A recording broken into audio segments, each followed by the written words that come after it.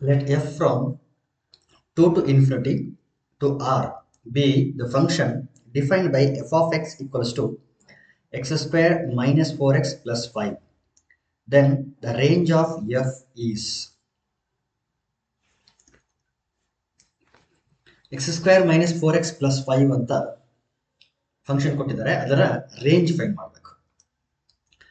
Observe here x square minus 4x plus 5. This is the given function.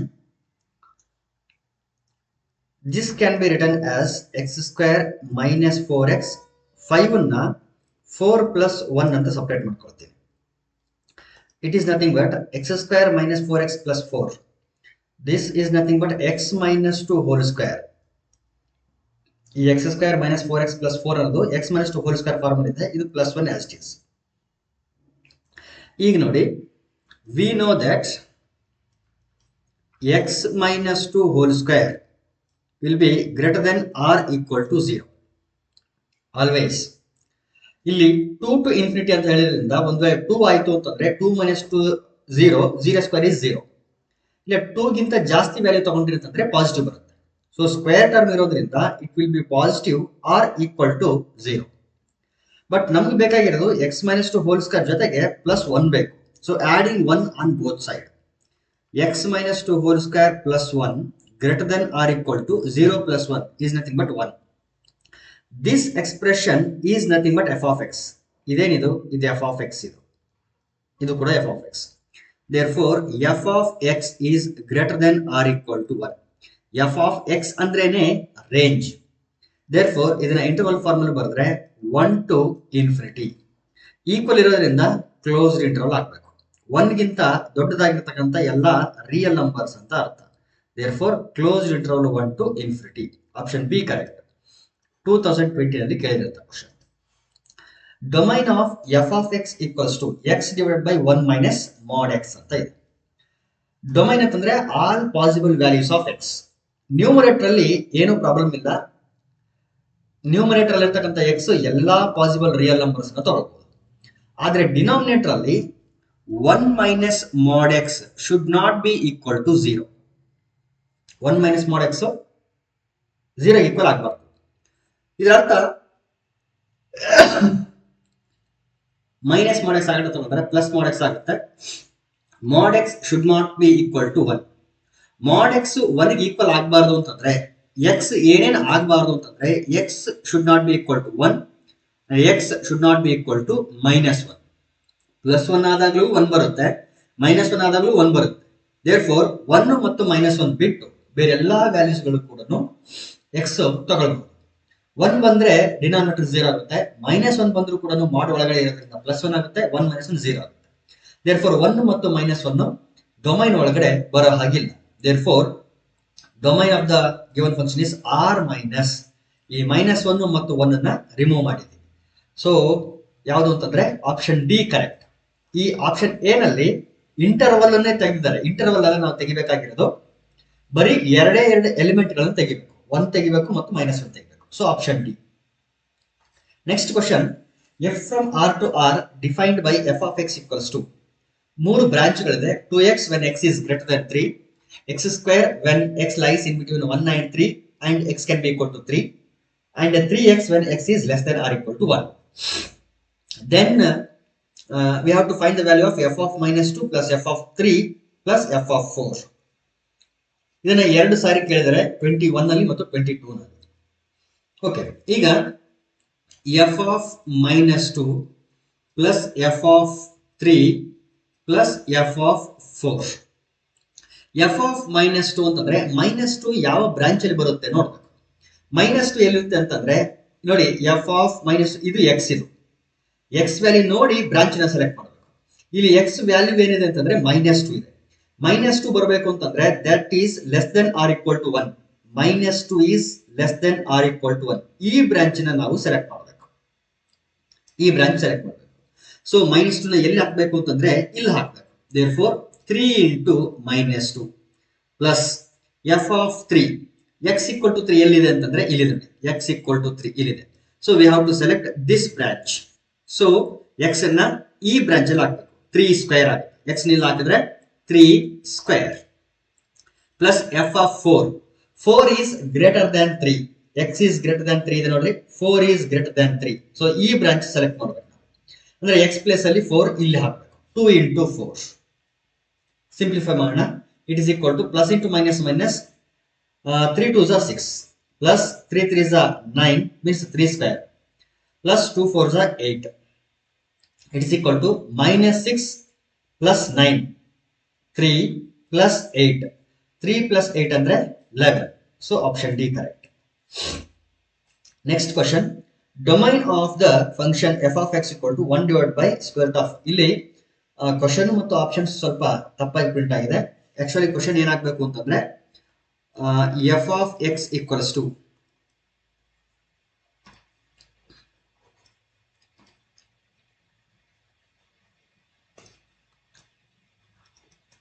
f of x equals to 1 divided by square root of greatest integer function square minus again greatest integer function minus 6. So ಈ ರೀತಿ actually ಅದು define ಆಗಬೇಕಾಗಿತ್ತು. f of x equals to 1 divided by square root of greatest integer function.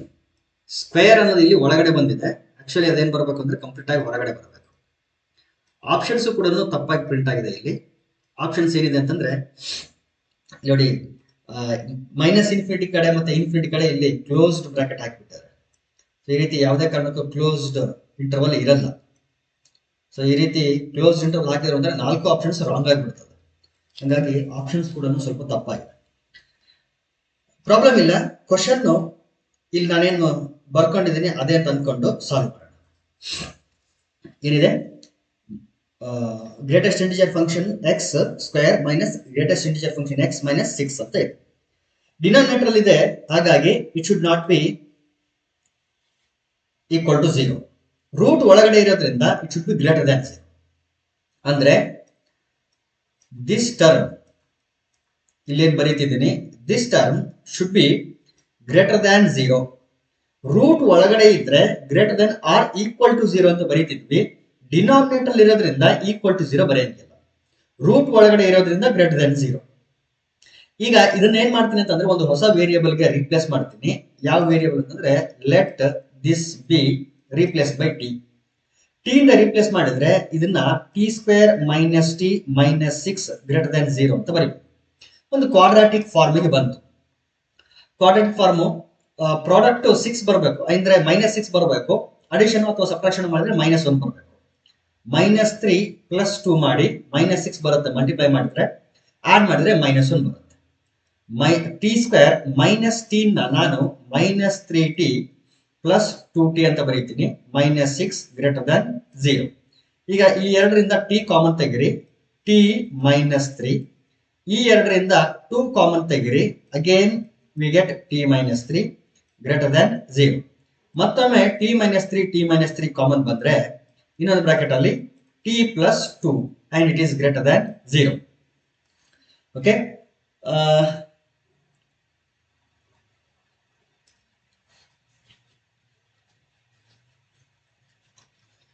Okay, ಈ bracket ಇಂದ 3 ಅನ್ನೋದು critical point ಆಗಿ ಬರುತ್ತೆ. ಈ ಬ್ರಾಕೆಟ್ ಇಂದ -2 ಅನ್ನೋದು ಕ್ರಿಟಿಕಲ್ ಪಾಯಿಂಟ್ ಆಗಿ ಬರುತ್ತೆ. ಈಗ ನಂಬರ್ ಲೈನ್ ಮೇಲೆ ಎಲ್ಲೆಲ್ಲಿ ಪಾಸಿಟಿವ್ ಇರುತ್ತೆ ಅಂತ ನೋಡಿ.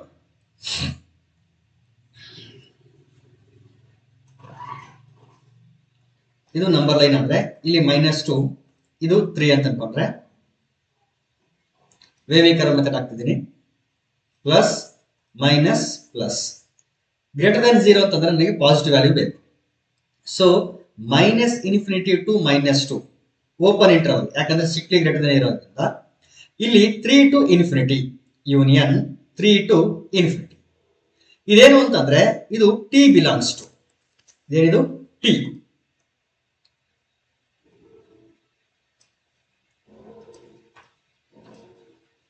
T belongs to this interval, union of these two intervals. But t ಅಂತಂದ್ರೆ ಏನು, ಗ್ರೇಟೆಸ್ಟ್ ಇಂಟಿಜರ್ ಫಂಕ್ಷನ್, ಹೌದಾ? ಸೊ ಗ್ರೇಟೆಸ್ಟ್ ಇಂಟಿಜರ್ ಫಂಕ್ಷನ್ ಎಲ್ಲಿಂದ ಎಲ್ಲಿವರೆಗೆ ಇರಬೇಕು, -∞ ಟು -2 ಯೂನಿಯನ್ 3 to ಇನ್ಫಿನಿಟಿ. ನಾವು ಫೈಂಡ್ ಮಾಡಬೇಕಾಗಿರೋದು ಡೊಮೈನ್, ಅಂದ್ರೆ possible values of X find ಮಾಡಬೇಕು. ಬಟ್ ನನಗೆ ಸಿಕ್ಕಿರೋದು ಏನು ಅಂತಂದ್ರೆ ಗ್ರೇಟೆಸ್ಟ್ ಇಂಟಿಜರ್ ಫಂಕ್ಷನ್ ಎಲ್ಲೆಲ್ಲಿ ಪಾಸಿಟಿವ್ ಇರಬೇಕು ಅಂತ, ಅಥವಾ ಎಲ್ಲೆಲ್ಲಿ ಪಾಸಿಟಿವ್ ಇರುತ್ತೆ ಅಂತ. ಈ ರೀತಿ ಇಂಟರ್ವಲ್ಗಳಲ್ಲಿ ಪಾಸಿಟಿವ್ ಇದ್ರೆ ಎಕ್ಸ್ ನ ವ್ಯಾಲ್ಯೂ ಏನಿರುತ್ತೆ ಅಂತೇಳಿ ಈಗ ಗ್ರಾಫ್ ನ ಮೂಲಕ ನಾವೇನ್ ಮಾಡಬೇಕು, ವೆರಿಫೈ ಮಾಡಬೇಕು. ಸೊ ಗ್ರೇಟೆಸ್ಟ್ ಇಂಟಿಜರ್ ಫಂಕ್ಷನ್ ನ ಗ್ರಾಫ್ ಹಾಕೋಣ ಅರ್ಥ ಮಾಡ್ಕೊಳ್ಳೋ ಸಲುವಾಗಿ. Okay, right. ಈಗ ಇದು 0 ಆಗಿರಲಿ, ಇದು 1 2 3 4 5, ಈ ಕಡೆ -1 -2 -3 -4. ನನ್ನ ಗ್ರೇಟೆಸ್ಟ್ ಇಂಟಿಜರ್ ಫಂಕ್ಷನ್ ಎಲ್ಲಿಂದ ಎಲ್ಲಿವರೆಗೆ ಇರಬೇಕು ಅಂದ್ರೆ -∞ to -2, ಬಟ್ -2 ಆಗೋ ಆಗಿಲ್ಲ, -2 ತಗೊಳಂಗಿಲ್ಲ ಯಾಕಂದ್ರೆ ಓಪನ್ ಇಂಟರ್ವಲ್ ಇದೆ. ಮತ್ತು 3 to ∞, 3 ಕೂಡ ತಗೊಳಂಗಿಲ್ಲ. ಓಕೆ, ಇಷ್ಟು ಕಂಡೀಷನ್ ನೆನಪಿರ್ಲಿ. ಗ್ರೇಟೆಸ್ಟ್ ಇಂಟಿಜರ್ ಫಂಕ್ಷನ್ ಗ್ರಾಫ್ ಈ ರೀತಿ ಇರುತ್ತೆ. ಇಲ್ಲಿ 1 ಆದ್ರೆ ಇದಕ್ಕೆ ಇಲ್ಲಿ ಕ್ಲೋಸ್, ಇಲ್ಲಿ ಓಪನ್ ಇರುತ್ತೆ. ಸಪೋಸ್ ಇದು 2 ಆದ್ರೆ ಇಲ್ಲಿ ಕ್ಲೋಸ್, ಇಲ್ಲಿ ಓಪನ್ ಇರುತ್ತೆ. If it is 3, here it will B closed and ಇಲ್ ಬಿ ಓಪನ್. ಇಲ್ಲಿ 4 ಆದ್ರೆ ಈ 4 ಇಂದ 5 ವರೆಗೆ. ಅದೇ ರೀತಿ ನೆಗೆಟಿವ್ -1, ಇಲ್ಲಿ -1, ಇದು -2, ಇಲ್ಲಿ -3. ಓಕೆ, ಈ ರೀತಿ ಗ್ರಾಫ್ ಇರುತ್ತೆ. ಈಗ ಗ್ರೇಟೆಸ್ಟ್ ಇಂಟಿಜರ್ ಫಂಕ್ಷನ್ ಎಲ್ಲಿಂದ ಎಲ್ಲಿವರೆಗೆ ಕನ್ಸಿಡರ್ ಮಾಡಬೇಕು, -∞ to -2.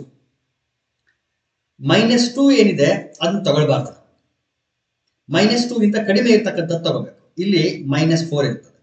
ಸೊ ಇಲ್ಲಿಂದ ಇಲ್ಲಿವರೆಗೆ ಇರ್ತಕ್ಕಂಥ ಕೆಳಗಡೆ ಇರ್ತಕ್ಕಂಥ ಗ್ರಾಫ್ ನಾವು ಕನ್ಸಿಡರ್ ಮಾಡಬೇಕು. -2 ತಗೊಳಂಗಿಲ್ಲ, ಯಾಕಂದ್ರೆ -2 ಹತ್ರ ಓಪನ್ ಇದೆ. ಇಲ್ಲಿ -2 ಏನ್ ಗ್ರಾಫ್ ಇದೆ ಈ ಗ್ರಾಫ್ ತಗೊಳ್ಬಾರ್ದು, ಅದನ್ನ ಬೇಕಾದ್ರೆ ನಾನೇನ್ ಮಾಡ್ಬಿಡ್ತೀನಿ, ರಬ್ ಮಾಡ್ಬಿಡ್ತೀನಿ. ಸೊ ಈ ಗ್ರಾಫ್ ನಾನು ತಗೊಳಂಗಿಲ್ಲ. ಅದೇ ರೀತಿ ಈ ಕಡೆ 3 to ∞, 3 to ∞ ಅಂತಂದ್ರೆ ಎಕ್ಸ್ ಗ್ರೇಟೆಸ್ಟ್ ಇಂಟಿಜರ್ ಫಂಕ್ಷನ್ 3 ಎಲ್ಲಿದೆ, ಇಲ್ಲಿದೆ 3, ಇದು 3 ಇದ್ದಾಗ. ಹಾಗಾದ್ರೆ ಇಲ್ಲಿಂದ ಮೇಲ್ಗಡೆ ಇರ್ತಕ್ಕಂಥ ಗ್ರಾಫ್ ನಾವು ತಗೋಬೇಕು, ಕೆಳಗಡೆ ಏನ್ ಗ್ರಾಫ್ ಇದೆ ಅದು ತಗೊಳ್ಬೇಕು, ಈ ಗ್ರಾಫ್ ತಗೊಳ್ಳಂಗಿಲ್ಲ. ಸೊ ಈ ಇಂಟರ್ವಲ್ ಪ್ರಕಾರ ಕೆಳಗಡೆ ಗ್ರಾಫು, ಈ ಇಂಟರ್ವಲ್ ಪ್ರಕಾರ ಈ ಮೇಲ್ಗಡೆ ಇರ್ತಕ್ಕಂಥ ಗ್ರಾಫ್. ಈ ರೀತಿ ಇದ್ರೆ ಎಕ್ಸ್ ನ ವ್ಯಾಲ್ಯೂಸ್ ಎಲ್ಲಿಂದ ಎಲ್ಲಿವರೆಗೆ ಇರುತ್ತೆ ಅಂತಂದ್ರೆ ಈ ಇಂಟರ್ವಲ್ ಪ್ರಕಾರ ಇಲ್ಲೇನ್ ಕೆಳಗಡೆ ಇದೆ ಇದ್ರ ಪ್ರಕಾರ -∞ ಇಂದ -2 ವರೆಗೆ ಇರ್ತಕ್ಕಂಥ ಎಲ್ಲ ವ್ಯಾಲ್ಯೂಸ್ ಈ ವ್ಯಾಲ್ಯೂನ ಕೊಡ್ತದೆ. ಆದ್ರೆ -2 ಮಾತ್ರ ತಗೊಳಂಗಿಲ್ಲ, ಯಾಕಂದ್ರೆ -2 ಹತ್ರ ಓಪನ್ ಇದೆ. So X belongs to -∞ to -2, -∞ to -2, open at -2, union. ಈ ಕಡೆ ಬನ್ನಿ, ಇಲ್ಲಿ ನೋಡ್ರಿ ಪಾಸಿಟಿವ್ ವ್ಯಾಲ್ಯೂಸ್ ಎಲ್ಲಿಂದ ಎಲ್ಲಿವರೆಗೆ ಎಕ್ಸ್ ವ್ಯಾಲ್ಯೂಸ್ 3 ಇಂದ ಗ್ರಾಫ್ ನೋಡಿ, ಗ್ರಾಫ್ ಇಲ್ಲಿಂದ ಮೇಲ್ಗಡೆ ಇರುವಂತ ಗ್ರಾಫ್ ತಗೋತೀವಿ. ಈ ಗ್ರಾಫ್ ನ ಕೊಡ್ತಕ್ಕಂಥ ಎಕ್ಸ್ ವ್ಯಾಲ್ಯೂಸ್ ಎಲ್ಲಿದೆ ಅಂದ್ರೆ ಕೆಳಗಡೆ ಇದೆ, 3 ಇಂದ ∞ ವರೆಗೂ ಇದೆ. ಸೊ ಕ್ಲೋಸ್ ಇಂಟರ್ವಲ್ 3 to ∞, ಯಾಕಂದ್ರೆ 3 ಕೂಡ ಇಲ್ಲಿ ಒಂದು ಔಟ್ಪುಟ್ ನ ಕೊಡೋದ್ರಿಂದ 3 ಇಂದನೇ ಶುರು ಮಾಡಬೇಕು, including 3. therefore -∞ to -2, union 3 to ∞, closed at 3, open at -2. This is the required domain of the function. ನೋಡ್ರಿ ಆಪ್ಷನ್ಸ್ ಅಲ್ಲಿ -∞ to -2, ಫಸ್ಟ್ ಆಪ್ಷನ್ ಅಲ್ಲಿ +2 ಇದೆ, ಆಮೇಲೆ ಇಲ್ಲಿ 4 ಇಂದ ∞ ಇದೆ. ಸೆಕೆಂಡ್ ಆಪ್ಷನ್ ಅಲ್ಲಿ -2 ಓಪನ್ ಇದೆ, 3 to ∞. ಬಟ್ ∞ ಹತ್ರ ಮಾತ್ರ ಏನ್ ಮಾಡಿದ್ರೆ ಅಂತಂದ್ರೆ ಇಲ್ಲಿ ∞ ಹತ್ರ ಕ್ಲೋಸ್ ಮಾಡಿದ್ರೆ ಇದನ್ನ ಓಪನ್ ಮಾಡಿಬಿಟ್ರೆ, ಈ ರೀತಿ ಓಪನ್ ಬ್ರಾಕೆಟ್ ಹಾಕಿಬಿಟ್ರೆ ಇದು ಕರೆಕ್ಟ್ ಆಪ್ಷನ್ ಆಗುತ್ತೆ. ಇದು ಮಾತ್ರ ಚೇಂಜ್ ಮಾಡಿದ್ರೆ ಆಪ್ಷನ್ ಬಿ ಕರೆಕ್ಟ್ ಆಪ್ಷನ್ ಆಗುತ್ತೆ. ಸೊ ಈ ರೀತಿ ನಾವೇನ್ ಮಾಡಬೇಕು, ಸಾಲ್ವ್ ಮಾಡಬೇಕು. ಮೊದಲಿಗೆ ಸಿಗೋದು ಗ್ರೇಟೆಸ್ಟ್ ಇಂಟಿಜರ್ ಫಂಕ್ಷನ್ ಎಲ್ಲೆಲ್ಲಿ ಪಾಸಿಟಿವ್ ಇರುತ್ತೆ ಅಂತ, ಅಥವಾ ಯಾವ ವ್ಯಾಲ್ಯೂ ತಗೋಬೇಕು ನಾವು ಅಂತ. ಆಮೇಲೆ ಆ ಗ್ರೇಟೆಸ್ಟ್ ಇಂಟಿಜರ್ ಫಂಕ್ಷನ್ ನ ಗ್ರಾಫ್ ನ ಕೊಡ್ತಕ್ಕಂಥ ಎಕ್ಸ್ ವ್ಯಾಲ್ಯೂಸ್ ಎಲ್ಲಿದೆ ಅಂತ ಆಮೇಲೆ ಕೊಡ್ಬೇಕು. Let the relation R is defined in N, ಅಂದ್ರೆ ಸೆಟ್ ಆಫ್ ನ್ಯಾಚುರಲ್ ನಂಬರ್ಸ್ ಮೇಲೆ ಡಿಫೈನ್ ಆಗಿದೆ. By A is related to B if 3a + 2b = 27. ಏನಂತ ಡಿಫೈನ್ ಆಗಿದೆ ಅಂತಂದ್ರೆ 3a + 2b = 27. ಅಥವಾ a is related to b ಅಲ್ಲ, x is related to y ಅಂತ ಕೂಡ ಅನ್ಕೋಬಹುದು. a ಅಂತಂದ್ರೆ ಲೈಕ್ ಎಕ್ಸ್, ಬಿ ಅಂದ್ರೆ ಲೈಕ್ ವೈ. ಸೊ ಇದನ್ನ ಸಿಂಪ್ಲಿಫೈ ಮಾಡಿದ್ರೆ 2b ಈಕ್ವಲ್ ಟು 27, 3a ಈ ಕಡೆ ತಗೊಳ್ರಿ -3a ಆಯಿತು. b equal to 27 - 3a divided by 2 ಇಷ್ಟಿದೆ. ಈಗ ಒಂದೊಂದು ಆಪ್ಷನ್ ತಗೊಳ್ಳೋಣ, ವೆರಿಫೈ ಮಾಡೋಣ. ಈ ಫಸ್ಟ್ ಆರ್ಡರ್ಡ್ ಪೇರ್ ಅಲ್ಲಿ ಫಸ್ಟ್ ಎಲಿಮೆಂಟ್ ಎ ಆಗಿರ್ತದೆ, ಸೆಕೆಂಡ್ ಎಲಿಮೆಂಟ್ ಬಿ ಆಗಿರ್ತದೆ. ಅಂದ್ರೆ ಆಕ್ಚುಲಿ ಎ ಕಮ ಬಿ, ಯಾಕಂದ್ರೆ a is related to b ಅಂತ ಬರ್ದಿರೋದ್ರಿಂದ ಎ ಕಮ ಬಿ ಅಂತ ಓದ್ಕೋಬೇಕು. First element a, second element b. ಈಗ ಏನ್ ಮಾಡ್ತೀನಿ ನಾನು ಅಂತಂದ್ರೆ ಫಸ್ಟ್ ಎಲಿಮೆಂಟ್ ಏನದು ಎ, ಈ 1 ಅನ್ನ ಎ ಪ್ಲೇಸ್ ಅಲ್ಲಿ ಸಬ್ಸ್ಟಿಟ್ಯೂಟ್ ಮಾಡ್ತೀನಿ. ನನಗೆ ಔಟ್ಪುಟ್ ಎಷ್ಟು ಬರ್ಬೇಕಂದ್ರೆ 12 ಬರಬೇಕು. ಬಂದ್ರೆ ಈ ಬ್ರಾಕೆಟ್ ಓಕೆ, ಈ ಆರ್ಡರ್ಡ್ ಪೇರ್ ಕರೆಕ್ಟ್ ಆಗಿದೆ ಅಂತ. ನೆಕ್ಸ್ಟ್ 3 ಸಬ್ಸ್ಟಿಟ್ಯೂಟ್ ಮಾಡ್ತೀನಿ, ಔಟ್ಪುಟ್ 9 ಬರಬೇಕು. 5 ಸಬ್ಸ್ಟಿಟ್ಯೂಟ್ ಮಾಡಿದಾಗ 6 ಬರಬೇಕು. 7 ಸಬ್ಸ್ಟಿಟ್ಯೂಟ್ ಮಾಡಿದಾಗ 3 ಬರಬೇಕು. ಇದರಲ್ಲಿ ಯಾವ್ದಾದ್ರು ಒಂದು ಫೇಲ್ ಆಯ್ತು ಅಂದ್ರೂ ಕೂಡ ಈ option wrong. Similarly option B ಹೋಗ್ಬೇಕು, ಸಿ ಹೋಗ್ಬೇಕು, ಡಿ ಹೋಗ್ಬೇಕು. ಚೆಕ್ ಮಾಡೋಣ 1 by 1. B equal to 27 - 3 into A ಅಂತಂದ್ರೆ ಏನು ಸಬ್ಸ್ಟಿಟ್ಯೂಟ್ ಮಾಡಬೇಕು 1 divided by 2. It is equal to 27 - 3 1s are 3 divided by 2. It is equal to 27 - 3 ಅಂತಂದ್ರೆ 24/2 ಡಿವೈಡ್ ಮಾಡಿದ್ರೆ we get 12. So first ordered pair correct ಆಗಿದೆ. Similarly 3 ತಗೊಳ್ಳೋಣ. ಈಗ B equal to 27 minus direct ಆಗಿ multiply ಮಾಡಿಬಿಡ್ತೀನಿ. ಇಲ್ಲಿ 3 ಹಾಕಿದ್ರೆ 3 3 is 9/2. 27 - 9 ಅಂತಂದ್ರೆ 18/2 ಡಿವೈಡ್ ಮಾಡಿದ್ರೆ 9. ಸೊ ಸೆಕೆಂಡ್ ಆರ್ಡರ್ಡ್ ಪೇರ್ ಕೂಡ ಕರೆಕ್ಟ್ ಆಗಿದೆ. ಈಗ ಥರ್ಡ್ ಆರ್ಡರ್ಡ್ ಪೇರ್ ಬರೋಣ. ಬಿ ಈಕ್ವಲ್ ಟು 27 ಮೈನಸ್ ಇಲ್ಲಿ ಎ ಪ್ಲೇಸ್ ಅಲ್ಲಿ ಎಷ್ಟು ಹಾಕ್ಬೇಕು 5 ಹಾಕ್ಬೇಕು. ಸೊ ಎ ಪ್ಲೇಸ್ ಅಲ್ಲಿ 5 ಹಾಕಿದ್ರೆ 3 5s are 15 divided by 2. It is equal to 27 - 15 ಅಂತಂದ್ರೆ 12/2 ಡಿವೈಡ್ ಮಾಡಿದ್ರೆ 6. ಸೊ ಥರ್ಡ್ ಆರ್ಡರ್ಡ್ ಪೇರ್ ಕೂಡ ಕರೆಕ್ಟ್ ಆಗಿದೆ. ಈಗ last one B equal to 27 minus 3 into A ಅಂತಂದ್ರೆ 7, 3 7s are 21 divided by 2. So it is equal to 27 - 21 ಅಂತಂದ್ರೆ 6/2 divide ಮಾಡಿದ್ರೆ 3. So third ordered pair ಕೂಡ correct ಆಗಿದೆ. Therefore option A correct. ಒಂದು ಕೆಲಸ ಮಾಡೋಣ. ಈಗ ಆಪ್ಷನ್ ಬಿ ನಲ್ಲಿ 0 ಹಾಕಿದ್ರೆ 27/2 ಬರುತ್ತೆ. ಆದ್ರೆ ಅದನ್ನ ತಗೊಳಂಗಿಲ್ಲ ನಾವು. ಯಾಕೆ ತಗೊಳಂಗಿಲ್ಲ ಅಂತಂದ್ರೆ ನೀವು ಹೇಳ್ಬೋದು 0 ಹಾಕಿದ್ರೆ 27/2 ಬರುತ್ತೆ, ಕರೆಕ್ಟ್ ಆಗಿದೆಯಲ್ಲ ಅಂತಂದ್ರೆ ಕರೆಕ್ಟ್ ಆಗಿಲ್ಲ, ತಪ್ಪಾಗುತ್ತೆ. ಯಾಕೆ ತಪ್ಪಾಗುತ್ತೆ ಅಂತಂದ್ರೆ ಇಲ್ಲಿ ರಿಲೇಷನ್ ಡಿಫೈನ್ ಆಗಿರೋದು set of all natural numbers ಮೇಲೆ.